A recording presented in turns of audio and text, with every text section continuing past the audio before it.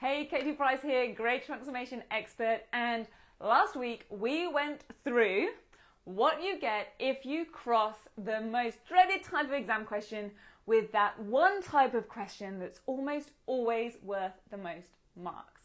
Yes, it's those questions right at the top of the pyramid of Bloom's taxonomy and Marzano's taxonomy, those evaluation level questions.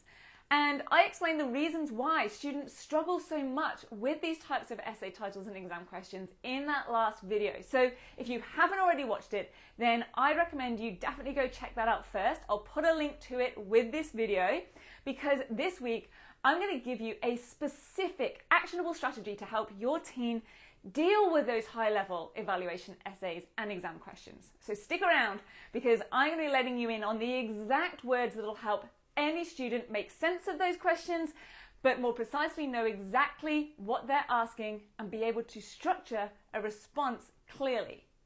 So if you watch that last video, you'll know how evaluation questions are worded and that they require students to make a judgment. Here's the key in exactly how to do that, in words, on paper. So have them write this down, stick it up somewhere important, because they need to consider or turn the wording of the question into to what extent, and then craft their essay or answer around that. So instead of evaluate the experiment in science, turn it into to what extent was the experiment accurate or reliable. Instead of X leader was influential in Y event, discuss, turn it into to what extent did X leader influence Y event. Or change, assess the success of the director in persuading the viewer to agree with their point of view. Change it to what extent was the director successful in persuading the audience to agree with their point of view.